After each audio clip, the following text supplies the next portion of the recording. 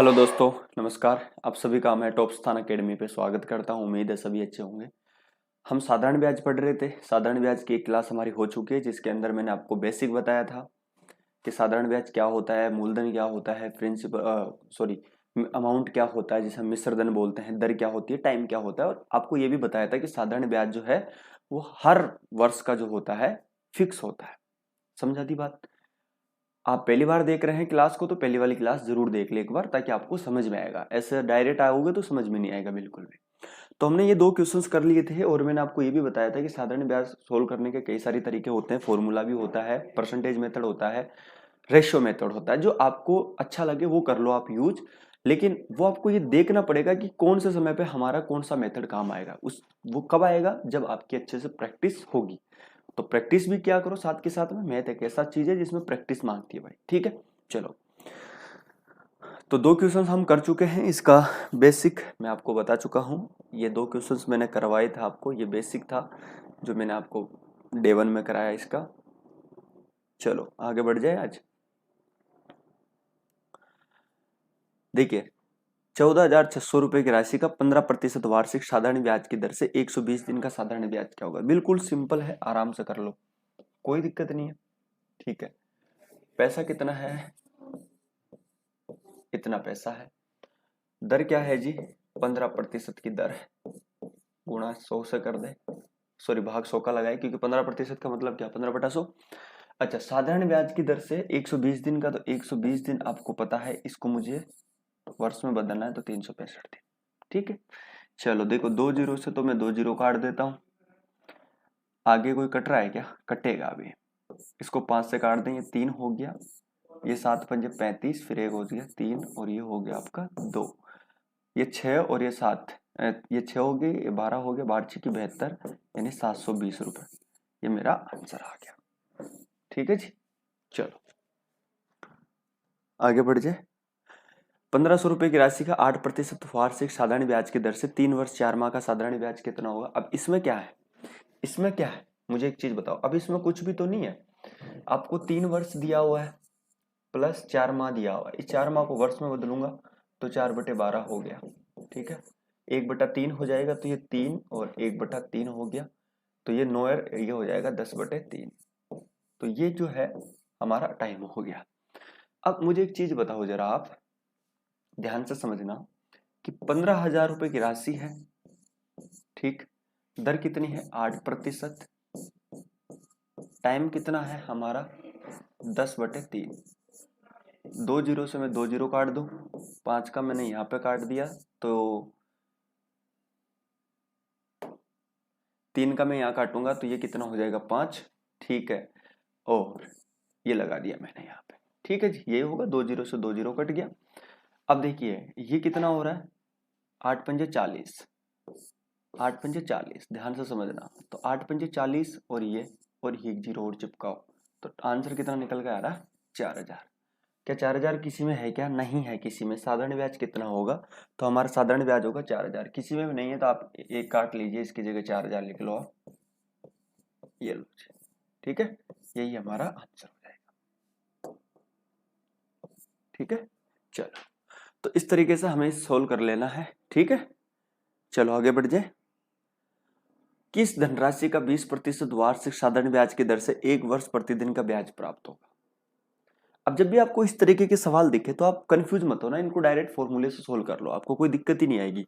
ठीक है, क्योंकि आपको समझ में आसानी आ जाएगी सारी चीजें। तो देखो हमें क्या पूछा है यहाँ पे। हमें जो यहाँ पे चीज पूछी गई है, और वो पूछा गया है कि प्रतिदिन का जो ब्याज है वो प्राप्त होता है। ठीक है, 1 रुपया। लेकिन आपसे पूछा क्या गया है कि किस धनराशि का। किस धनराशि का मतलब मूलधन पूछा है। तो देखो, मूलधन पूछा है तो मूलधन होता क्या है जी? प्रिंसिपल क्या होता है? प्रिंसिपल होता है SI।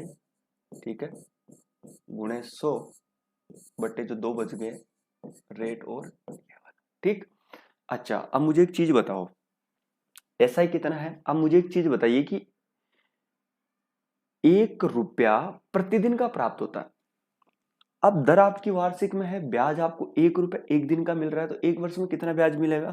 तो आप कहेंगे सर 365 मिलेंगे। अच्छा, ये 1 वर्ष का ब्याज हो गया। ठीक है, नीचे क्या लिख दूं? 100।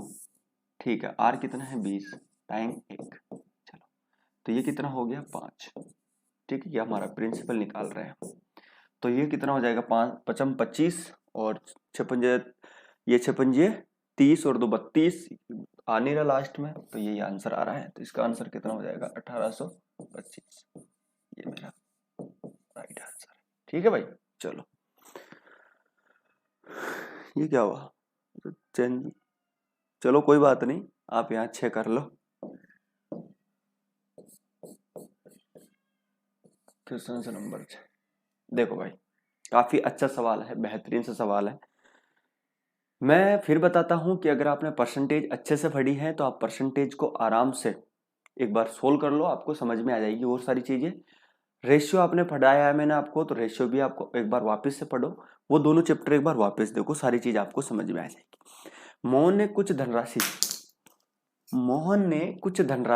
9% वार्षिक साधारण ब्याज की दर से, देखो वेरी इंपॉर्टेंट सवाल है, 9% वार्षिक साधारण ब्याज की दर से तथा उसी के बराबर की राशि 10% वार्षिक साधारण ब्याज की दर से 2 वर्षों के लिए उधार दी।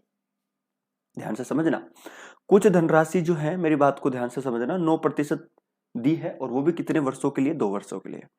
उसी के बराबर राशि जितनी 9% पे दी थी 10% उस पर ब्याज लगा है, 10% उधार दी, इससे उसे कुल जो ब्याज प्राप्त हो रहा है वो 760 रुपए प्राप्त हो रहा है। तो वो जो प्रत्येक ऋण के लिए दी गई धनराशि क्या होगी, काफी इंपोर्टेंट है, देखो ध्यान से समझना।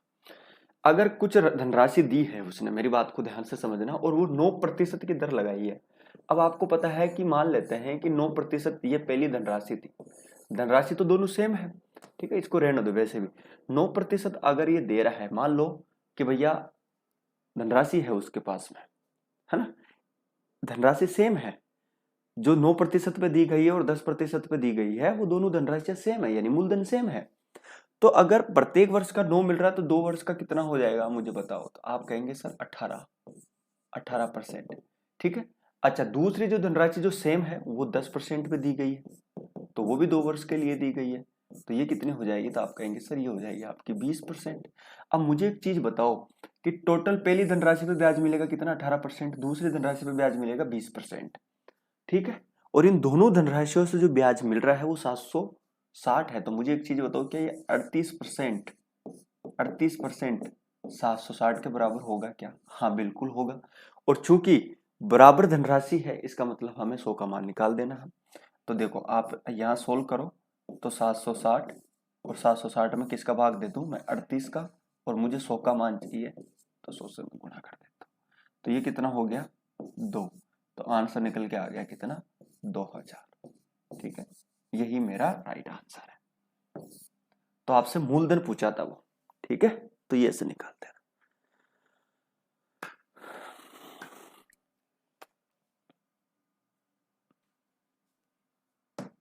चलो आगे बढ़ जाए। एक व्यक्ति ने एक बैंक से साधारण ब्याज की 12% वार्षिक दर पर ऋण लिया, 3 वर्ष के पश्चात उसने ये रुपए समय अवधि में केवल ब्याज के रूप में लौटाए। तो ये भी सिंपल है, अगर 12% ले रहा है और वो भी 3 वर्ष के लिए, तो टोटल ब्याज हो जाएगा अपना 36%। और ये जो 36% ब्याज है ये परसेंटेज में तो है अमाउंट, वैसा कितना है, तो आप कहेंगे सर 5400। तो ये 5400 किसके बराबर, 36% के, आपको मान पूछा है 100 का, निकाल दो। तो किससे काटे इसको, 9 से काट दे, 9 छिक्की 54, और ये हो जाएगा आपका 3, ये हो जाएगा आपका 2, तो आंसर हो जाएगा हमारा 20,000। ठीक है, 20,000 हमारा आंसर हो जाएगा। ठीक है भाई, 20,000 हमारा आंसर हो जाएगा। जो राशि दी गई थी वो कितनी थी, 20,000। चलो जी भाई आगे बढ़ जाए। अरे यार ये क्या लिख रहा है, चलो भाई ठीक आगे बढ़ जाए। ये देखो ये काफी अच्छा सवाल है और इसमें कई सारे स्टूडेंट जो है कंफ्यूज होता है, कई सारे स्टूडेंट जो है इसमें कंफ्यूज होते हैं। 8वां सवाल है, कई सारे स्टूडेंट जो हैं इसमें कंफ्यूज होते हैं। ये 7 वाला, ठीक है। अब कैसे होते हैं मैं बताता हूं आपको। ऐसा सवाल अगर हो सके तो आपको दिखेगा जरूर, क्योंकि ये इसमें कंफ्यूज होने के बहुत ज्यादा चांस है। मेरी बात को ध्यान से सुनो। और चीजों में तो हमें दिक्कत नहीं है, 7300 रुपए है, 5% है, लेकिन जो समय है वो इस तरीके से दिया हुआ है जिसमें दोनों दिन हमें सम्मिलित करना है। तो मेरी बात को थोड़ा ध्यान से समझना। देखिए शुरुआत जो हो रही है वो 11 मई से हो रही है, और 1900, ये वर्ष तो समान ही है, उसको तो छोड़ दो आप। अच्छा 11 मई से इसकी शुरुआत हो रही है, ठीक है। देखो अगर 11 मई से इसकी शुरुआत है, मैं वैसे लिख देता हूं, ठीक है। अच्छा मई का कौन सा महीना होता है, तो आप कहेंगे सर मई का जो है 31वां महीना होता है। अगर 31वां महीना होता है तो आप उसमें से, आपको पता है 11वां दिन भी उसमें लेना है हमें, ठीक है। 11वां दिन भी हमें उसमें लेना है, तो 10 घटा देंगे, तो ये कितना हो जाएगा 21 डेज, ठीक है। चलो ये तो मई का काम खत्म हो गया। मई के बाद में क्या होता है, मई जून। अच्छा देखो आपको कभी ये नहीं आता तो वो ये वाला लॉजिक आता है आपको, जनवरी फरवरी मार्च अप्रैल मई, ऐसा वाला आता है, जून है। तो जून कितना था होता है, जून होता है आपका 23 डेज, ठीक है। फिर उसके बाद में जुलाई होता है, जुलाई भी आपको पता है कितना होता है, ठीक है। जुलाई भी 31 हो गया, तो ये हो गया 31 डेज। जुलाई के बाद में अगस्त आता है, वो भी आपको पता है 31 होता है। और उसके बाद में आपको सितंबर लेना है, तो सितंबर तो 10 लेना ही है। तो ये टोटल कितना हो जाएगा, तो देखो ये हो जाएगा आपका 123 डेज। तो कुल मिला के आपको जो ब्याज निकालना है वो 123 डेज का निकालना है। क्या बात समझ में आ गई क्या आपको? चलो अगर ये चीज समझ में आ गई तो बस सोल्व कर दो सीधा सीधा। तो 7300 रुपए की तो राशि है। अच्छा और दर कितनी है, 5%, और कितने का निकालना है, 123 डेज का निकालना है आपको, गुणा किससे, 365 से, ठीक है जी। चलो जी, तो देखो 2 जीरो से 2 जीरो, ये पक्का है, ये 5 टाइम्स कटेगा, और ये 5 से 5 कट गया, तो आंसर कितना आ जाएगा इसका, 123। 123 यही मेरा आंसर। बस ऐसा कर लेना, ध्यान से समझना, तो लॉजिक समझना जरूरी है, ठीक है। चलो तो अब हम हमारी दूसरी टाइप की तरफ बढ़ते हैं। पहली टाइप हमने खत्म कर ली है अच्छे से, अब हम दूसरी टाइप की तरफ चलते हैं, ठीक है। तो देखो ऐसा क्या है, मैं आपको एक चीज बताता हूं कि आपको प्रैक्टिस करनी है बस। आपको कॉन्सेप्ट समझ में आ रहे हैं, और ये भी पता होना चाहिए कि कौन सी चीज हमें कब यूज करनी है। अगर दोनों चीज आपकी क्लियर हो गई तो फिर दिक्कत ही क्या है, ठीक है। कि कब कौन सी चीज यूज करनी है, कौन सा लॉजिक यूज करना है, रेशियो यूज करना है, परसेंटेज यूज करना है, फॉर्मूला यूज करना है, कब कौन सी चीज यूज करनी है, ठीक है। तो साधारण ब्याज बिल्कुल नॉर्मल होता है। जो प्रॉब्लम आती है, जो मेन समस्याएं होती है, वो जो समस्याएं होती है वो होती है आपकी चक्रवर्ती ब्याज में, कंपाउंड इंटरेस्ट में जो होती है। तो उसको समझेंगे, वो तो मैं आपको बहुत ही तरीके से समझाने वाला हूँ, क्योंकि इसमें तो इतना नहीं है। लेकिन ऐसा मत सोचना कि मैं ऐसा बोल दिया कि तरीके तो इसको नहीं समझाओगे, इसमें भी काफी सारी टाइप्स हैं। एक भी कॉन्सेप्ट आपका बाहर नहीं जाने वाला, बहुत कुछ मिलेगा आपने। आप जो बैच ले रहे हो उससे तो आपको, मतलब ये लगा लीजिए कि आप पढ़ रहे हो 19 की तैयारी कर रहे हो, मेरा मतलब समझ रहे हैं, और आपको मिल रहा है 24 के बराबर, ऐसा ऐसा लॉजिक है इसमें। 19 24 का मतलब समझते हैं कि आपने सोच के तैयारी करी है कि 19 का लेवल रखूंगा, और लेवल कौन सा मिल रहा है आपको, 24 का। मेरी भाषा में इसको ऐसा बोलता हूं मैं, ठीक है। और जैसे मान लो एक स्टेप के ऊपर की तैयारी होती है, उसको बोलता हूँ कि आप 19 की तैयारी कर रहे हो, तो आप 20 की तैयारी आपको तैयारी करनी चाहिए, मेरा मतलब ये होता है। तो हर इंसान का अलग तरीका होता है बोलने का। चलो भाई अब आगे बढ़ जाए। अब इसका मतलब ये नहीं है कि सर आज हम मैथ्स पढ़ा रहे हैं तो 2024 में, भाई देखो कॉन्सेप्ट तो वही रहने वाला है। बस ये है कि वो number of questions, number of level, जो लेवल ऑफ डिफिकल्टी लेवल है, वो जो है वो बढ़ सकता है, कम हो सकता है, बढ़ेगा आने वाले टाइम में, कम नहीं होगा।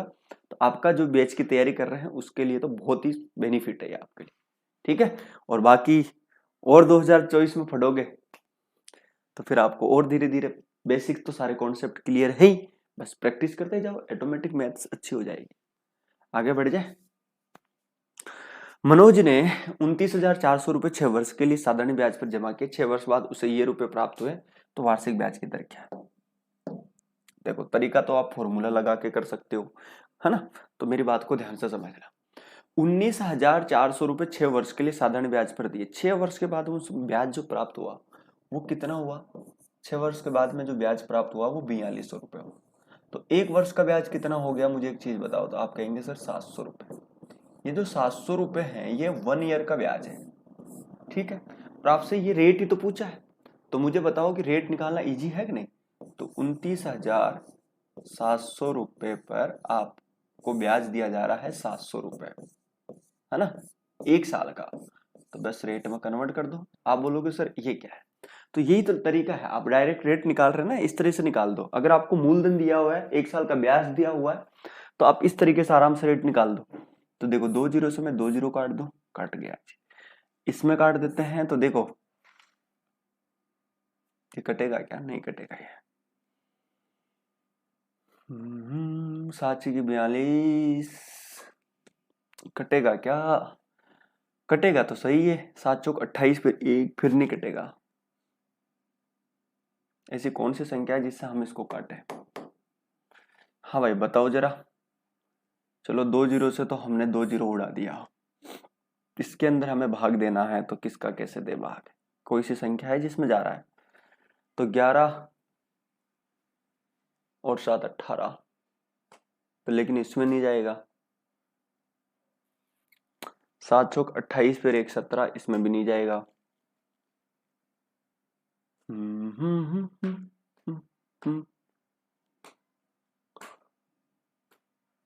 किससे कट रहा है बताओ भाई जरा इसको। ऐसी कौन सी संख्या जिससे कट जाएगा? ये 7 से भी तो नहीं कटेगा ना, समस्या ये है, क्योंकि 7 चौक 28 सही तो आ रहा है कि। ओ सॉरी यार, तभी तो मैं सोचूं कि ये कट क्यों नहीं रहा। कटना चाहिए बल्कि आप, ठीक है। तो ये कटना चाहिए तो कट गया। अब ये कटेगा पूरा पूरा। देखो 7 चौक 28 और ये 2 बच गया, ठीक है। 7 दूनी 14, यहाँ ऊपर 100 बच रहा है, और 100 के अंदर हमें किसका भाग देना है? 42 का। तो ये आप इसको और सिंप्लीफाई कर लो, 50 और 21 कर लो, ठीक है। तो अगर हमने करा तो ये 42 हो गया, यानी 2 हो गया, फिर 8 बच गया, और फिर 21 हो गया, ठीक है। ये मेरा राइट आंसर, ठीक है। मैं सोच रहा था कि ये कट क्यों नहीं रहा। चलो आगे बढ़ जाए।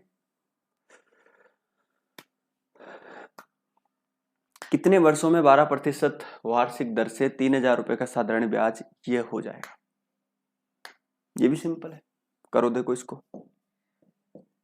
कितने वर्षों में 12% वार्षिक दर से 3,000 रुपए का साधारण ब्याज ये हो जाएगा? अब ये बहुत ईजी है, इसमें क्या करना है, इतना रुपया हो रहा है, मेरी बात को ध्यान से समझना। और आपसे पूछा क्या, कितने वर्षों में। अब मुझे एक चीज बताओ आप लोग, एक तरीका तो आपके पास में फॉर्मूला, ठीक है, सोचो, और दूसरा तरीका है लॉजिक, जो मैं आपको समझाता। आप फॉर्मूला रख लो या लॉजिक लगा लो। तो मुझे एक बताओ कि 3,000 रुपए है, ठीक। दर क्या है जी? 12% आपकी दर है, ठीक है।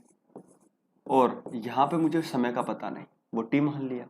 अगर आप इसका ये सोल्व करते हैं ये वाला, तो पार्ट ब्याज ही निकलता है, और ब्याज कितना आ गया? ये वाला, ठीक है जी। तो 2 जीरो से मैंने 2 जीरो उड़ा दिया। 12 का भाग अगर मैं इसमें दूंगा तो ये हो जाएगा 9, यानी 90 हो जाएगा। 30 का भाग इसमें दूंगा तो ये हो जाएगा 3। तो टी की वैल्यू जो हो जाएगी वो 3 ईयर्स हो जाएगी।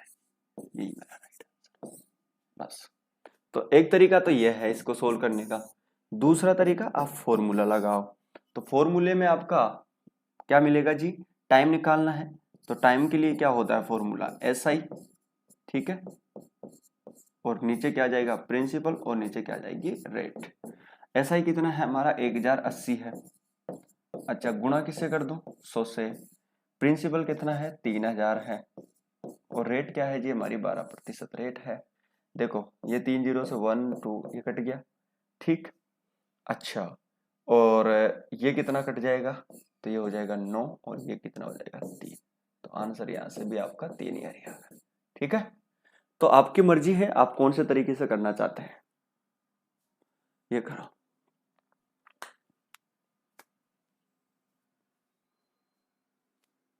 इसको देखो, कोई राशि साधारण ब्याज की किसी वार्षिक दर से 3 वर्ष में स्वयं के 7/6 गुनी हो जाती है। स्वयं की 7/6 गुनी हो जाती है। ब्याज की दर क्या है? ब्याज की दर बताना आपको। देखो ये ऐसे सवाल बहुत मिलेंगे, लेकिन ये इजी है, इनमें कोई दिक्कत नहीं है। देखो जी भाई, 3 इयर्स में कोई राशि जो है वो कितनी हो रही है, स्वयं की 7/6। अब राशि 6 से 7 हो गई। अब 6 से 7 हो गई, इसका मतलब ये तो क्या हमारा प्रिंसिपल, ये क्या है हमारा अमाउंट। और आपको पता है इसका जो ब्याज है वो कितना हो जाएगा, ब्याज हो जाएगा 1। ठीक है, ये 1 क्या है हमारा, ऐसा ही है। बस आपसे वार्षिक दर पूछा है, तो सिंपल सा तरीका है, फॉर्मूले में रख दो या लॉजिक से सोल्व कर लो। ठीक है, चलो तो हम देखो लॉजिक से सोल्व कर लेते हैं। हमारा प्रिंसिपल कितना था, 6 था। ठीक है जी, रेट हमें निकालनी है, तो वो हमने ले लिया R% ले लिया हमने। कोई दिक्कत है क्या, नहीं दिक्कत है। तो चलो जी, अगर हमने रेट ले लिया ये, ओके, टाइम कितना ले लिया, टाइम का तो हमें पता है 3 वर्ष ले लिया। और इस केस में हमारा ब्याज कितना हो रहा है, ये यही तो सोल्व करते हैं ना। अरे भाई ये सोल्व करते हैं कि नहीं, ये बताओ। तो सिंपल, ये 100 उधर चला जाएगा, तो मुझे तो R की वैल्यू निकालनी है। अगर मुझे R की वैल्यू निकालनी है तो 100 के अंदर किसका भाग लगा दूं, 18 का भाग लगा दूं। अगर मैंने 100 में 18 का भाग लगाया, 18 पंजे 90, फिर 10 बच गया, 5 हो गया, नीचे हो गया आपका 9, 2 से काटूंगा और यही रेट है। तो ये होता है हमारा लॉजिक। अगर आप फॉर्मूले से करना चाहें तो फॉर्मूले में देखो, ब्याज कितना है जी, 1 है, गुणा किससे कर दूं, 100 से। प्रिंसिपल कितना है जी, 6 है। प्रिंसिपल कितना है, 6 है। चलो टाइम कितना है जी, 3 है। तो 100 में किसका भाग दे दिया जाएगा, 18 का। तो आंसर निकलेगा कितना, 18 पंजे 90, फिर 10 बच गया, 2 से काटूंगा तो ऊपर हो जाएगा 5, नीचे आ जाएगा। ठीक है, वो जो आपकी मर्जी है आप उस तरीके से कर सकते हैं। ठीक है जी भाई, चलो तो कंफ्यूज हो जाओ तो आप ये यूज कर लो, ये तो जिंदाबाद है ही, और अच्छी खासी प्रैक्टिस रहेगी तो आप इससे कर लो। दोनों में जो आपको अच्छा लगे उससे कर लो।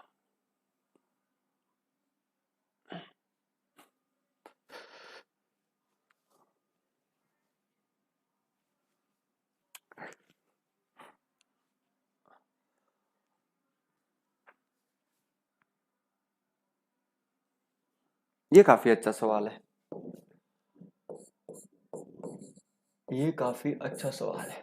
देखो देखो भाई, पानी है क्या भाई इसमें, नहीं है, है। देखो पढ़ो इसको एक बार, सवाल को ध्यान से पढ़ो, फिर मैं आपको बताता हूं इसको करना कैसे।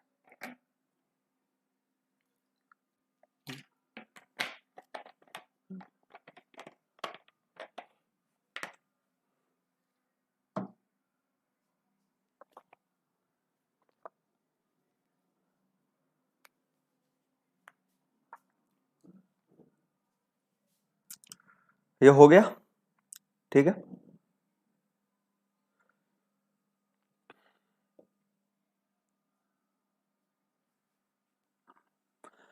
देखो भाई दोस्तों, इसमें एक चीज और बता देता हूं मैं आपको।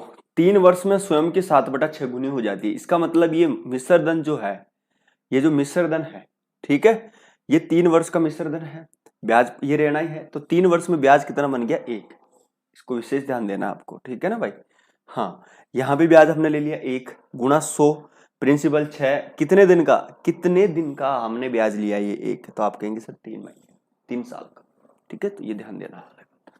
आगे बढ़ जाए, देखो 1500 रुपए की धनराशि पे 3 वर्षों का 2 भिन्न स्रोतों से ब्याज का अंतर, ये 13.50 है, तो उनकी ब्याज दर अंतर बताओ। काफी इंपॉर्टेंट सवाल है, अब मेरी बात को ध्यान से समझना।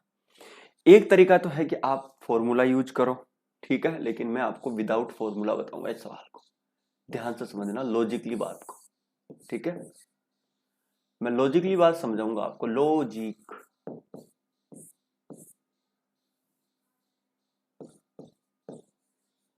देखिए भाई, मेरी बात को एक चीज बताओ कि 1500 रुपए की राशि, धनराशि पर 3 वर्षों का 2 भिन्न स्रोतों से ब्याज का अंतर, भाई भिन्न स्रोत हैं 2, और 3 वर्षों का जो ब्याज हमें प्राप्त मिल रहा है, ध्यान से समझना, वो 13.50 मिल रहा है। तो हम ये ले लेते हैं कि यार अगर 1500 रुपए की राशि आपकी 3 वर्षों पर दी जा रही है, और वो भी 2 स्रोतों को दी जा रही है, और उनको उनसे जो हमें ब्याज मिल रहा है वो टोटल दोनों से मिलकर उनका जो अंतर मिल रहा है दोनों जगहों से वो 13.50 है। मतलब मान लो कि जी राशि जो है एक जगह से ब्याज हमें कुछ मिल रहा है, एक जगह से ब्याज हमें कुछ मिल रहा है 1500 रुपए का। समझ पा रहे हैं? लेकिन होता क्या चीज है, उनकी जो ब्याज का जो अंतर है वो है आपका 13.50। उससे कितना प्राप्त हुआ हमें नहीं पता, इस स्रोत से कितना हुआ प्राप्त हमें नहीं पता, लेकिन हमें यह पता है कि दोनों स्रोतों का जब हम अंतर कर रहे होते हैं तो उस केस के अंदर जो हमें ब्याज मिल रहा होता है तो वो 13.50 मिल रहा है। तो सपोज करो थोड़ी देर के लिए कि एक वर्ष का जो ब्याज मिल रहा होगा वो उसका अंतर हमने ले लिया, ध्यान से समझना, हमने ले लिया D%।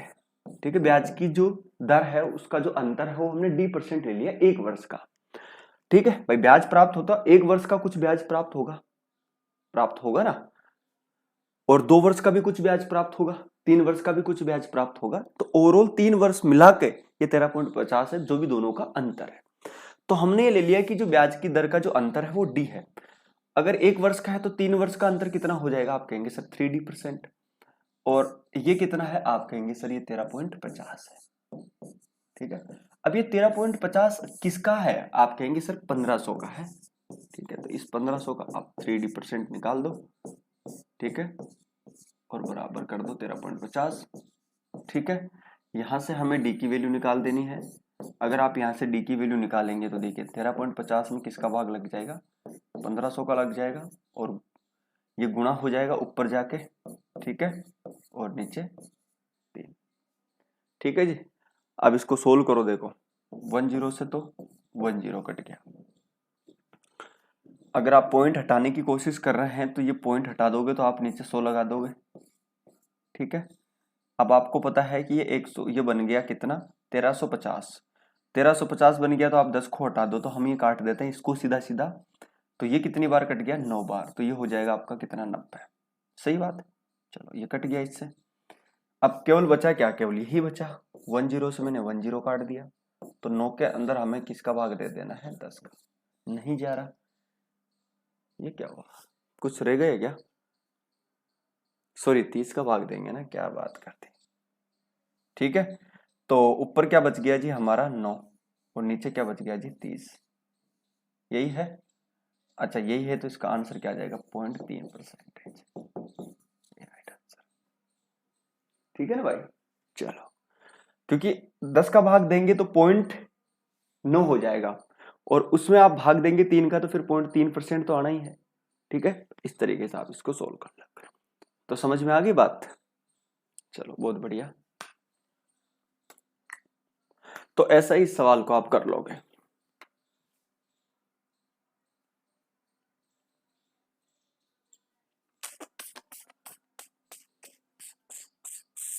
और आप काटापीटी सोल्व करना चाहते हैं तो ऊपर 3 लिख दो, नीचे 10 लिख दो। ठीक है, तो अब देखो 10 का भाग देंगे तो 0.3 ही आएगा, और आप करना चाहे तो। ठीक है, आगे बढ़ जाए। किसी वार्षिक प्रतिशत की दर से किसी राशि का 10 वर्षों का साधारण ब्याज मूलधन का 2/5 हो जाता है। अब इसको कैसे करना है जी, देखो जो ब्याज है वो मूलधन का 2/5 होता है। अच्छा 2/5 प्राप्त होता है तो ये नीचे वाला क्या है, हमारा प्रिंसिपल, और ये ब्याज है ऊपर, ये हमारा ऐसा ही है। ठीक है, चलो जी, और वो भी 10 वर्षों का। तो अब क्या है यार, सिंपल सी बात है, आपसे पूछा क्या है, दर पूछी गई है। तो थोड़ी देर के लिए आपको पता है 2 तरीके हैं आपके पास में। ठीक है, तो मैं यूज कर लेता हूं अपना लॉजिक।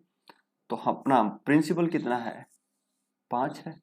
ठीक है, दर मुझे नहीं पता तो मैंने आर ले ली, गुणा 100 कर दूंगा। टाइम कितना है जी मेरा 10 है, 10 वर्ष में जो टोटल ब्याज मुझे प्राप्त हुआ है वो कितना हुआ है 2।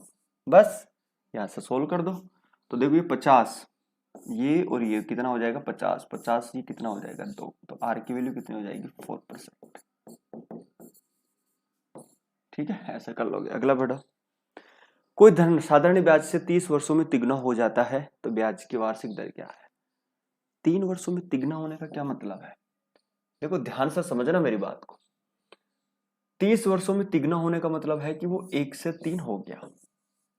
तो 1 से 3 क्यों हुआ होगा, 1 से 3 हो गया इसका मतलब जाहिर सी बात है उसमें ब्याज कितना हुआ होगा 2, और वो भी कितने में 30 वर्ष में। ठीक है, बस लॉजिकली सोल्व कर लो। तो आपका प्रिंसिपल कितना है, 1 है। अच्छा, आपसे पूछा क्या है, दर, तो दर हमने आर ले ली। ठीक है जी, कितने वर्ष में मुझे ये बताओ पहले आप। तो आप कहेंगे कि सर 30 वर्षों में। अब 30 वर्षों में ब्याज कितना प्राप्त हो रहा है, 2 प्राप्त हो रहा है। तो देखो 10 से 10 कट गया, कोई दिक्कत है क्या, कोई दिक्कत नहीं है। ये उधर चला जाएगा तो 20 हो जाएगा, तो आर क्या हो जाएगा, 20 में किसका भाग लगा दूंगा मैं, 3 का। तो 6 सही 2/3% मेरा राइट आंसर हो जाएगा। ठीक है जी, ऐसे कर लेना आपको। तो बिल्कुल नॉर्मल तरीके से आप यूज करो। साधारण ब्याज की किस वार्षिक दर से किसी धन का 10 वर्षों का ब्याज उस धन का 2/5 हो जाएगा। तो सेम सवाल है, होमवर्क है आपका, आप खुद करोगे इस सवाल को। ठीक है, होमवर्क सेम सवाल है, क्योंकि धन का 10 वर्षों का ब्याज उस धन का 2/5 हो जाता है। तो जो धन का 2 यानी 2, ये 5 हो गया। ठीक है, दर आपसे निकालनी है, निकाल दो। ये 5 हो गया, r/100 हो गया। टाइम कितना है जी, 10, और 10 में ब्याज कितना हो गया, 2। सेम, ये तो सेम सवाल हो गया, 4% आ गया इसका तो आंसर। इसका आंसर तो 4% है। ठीक है, आर की वैल्यू। चलो जी आगे बढ़ जाए, कोई दिक्कत है क्या।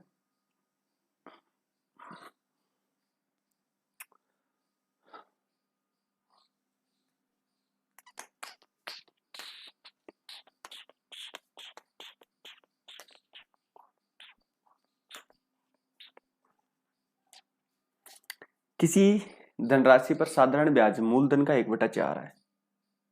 मेरी बात को ध्यान से समझना, किसी धनराशि पर साधारण ब्याज मूलधन का 1/4 है। तो 4 हमारा प्रिंसिपल है, और 1 क्या है, हमारा एसआई है। ठीक है जी, और देखिए यहाँ पे एक चीज दी हुई है कि तथा वर्षों का संख्यात्मक प्रतिशत दर तथा वर्षों की संख्या प्रतिशत दर के बराबर है।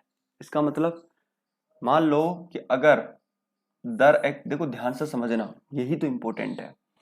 अगर दर जो है वो r% है, ठीक है, वो समय के बराबर होगी। जैसे मान लो कि अगर दर 2% है तो समय भी आपका 2 वर्ष होगा। अगर दर 3% है तो समय भी आपका 3% होगा। ये कहना चाहता है। ठीक है जी भाई, अगर ये बात ये कहना चाह रहा है, तो अगर मान लेते हैं थोड़ी देर के लिए कि ये दर है, ये है, ये हमने x ले लिया, ये भी हमने x ले लिया, कोई दिक्कत है क्या, कोई दिक्कत नहीं, क्योंकि ये दोनों बराबर है। अब एक चीज समझाइए थोड़ा, कि आपसे पूछा क्या है, दर पूछा है, तो दर निकालो एक बार। तो दर निकालने का तरीका क्या है, मुझे एक चीज बताओ आप। तो आप कहेंगे कि सर देखिए, दर निकालने का तरीका सिंपल सा फंडा ये है कि प्रिंसिपल ले लो, दर की जगह हमने x ले लिया, ठीक है, x/100 कर लेता हूं, और समय हमने x ले लिया क्योंकि दोनों बराबर है, और जो ब्याज प्राप्त हुआ है वो हमें 1 प्राप्त हुआ है। ठीक है, तो आपसे पूछा क्या है, यही पूछा है। तो आप मुझे एक चीज बताओ, तो ये हो जाएगा 4x² बराबर कितना, 100। ये उधर कट जाएगा, 25 हो जाएगा, x की वैल्यू कितनी आ जाएगी, 5। तो मुझे एक चीज बताओ, जब x की वैल्यू 5 हो जाएगी तो दर भी कितनी हमारी 5%, और समय भी कितना हमारा 5 यार। यही आपसे पूछा। ठीक है, तो इसको ऐसे कर लेना आप आराम से।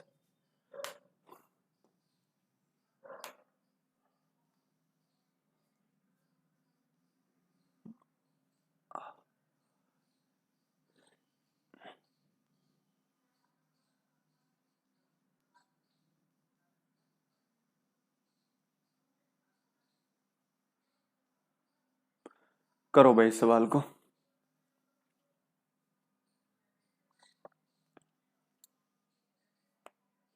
देखो दोस्तों, इसमें क्या है कि आपको टाइम पूछा है, ये तिगना गुना वाला सवाल है। ठीक है, कि इसमें इतना मतलब कोई धन है निश्चित दर से, कोई धन 20 वर्ष में दुगना हो जाता है। ठीक है, तो धन को तिगना होने में कितना समय लगेगा, तो आप इसको छोड़ दो, क्योंकि मैं इसको एक अलग टाइप में कराऊंगा। ठीक है, ये काफी इंपॉर्टेंट सवाल है, तो इसको एक ट्रिक बताऊंगा आपको, बस उस ट्रिक से आप इसको यूज करना है। तो इसको छोड़ दो आप, ठीक है, आगे बताऊंगा मैं इसको। कम से कम कितने वर्षों में 2600 रुपए का 6 सही, कम से कम कितने वर्षों में 2600 का 6 सही 2/3 वार्षिक दर से साधारण ब्याज पूरे रुपयों में होगा। बताओ भाई, काफी इंपॉर्टेंट सवाल है।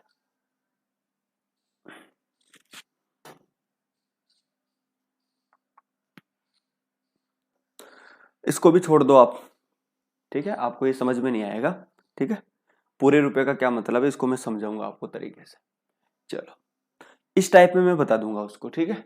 चलो तो आज के लिए हम इतना ही रखते हैं, कल की क्लास में फिर हम देखेंगे, ठीक है। चलो हाँ, अभी मैं क्या है कि आपको कुछ छोटी छोटी क्लासें दे रहा हूँ दरअसल, ठीक है। छोटी छोटी क्लासें मैं आपको दे रहा हूँ, कुछ दिन के लिए छोटी छोटी चलेगी क्लासें, कोई दिक्कत नहीं है, 1-2 दिन के लिए मैनेज कर लो आप, ठीक है। थैंक यू, नमस्कार।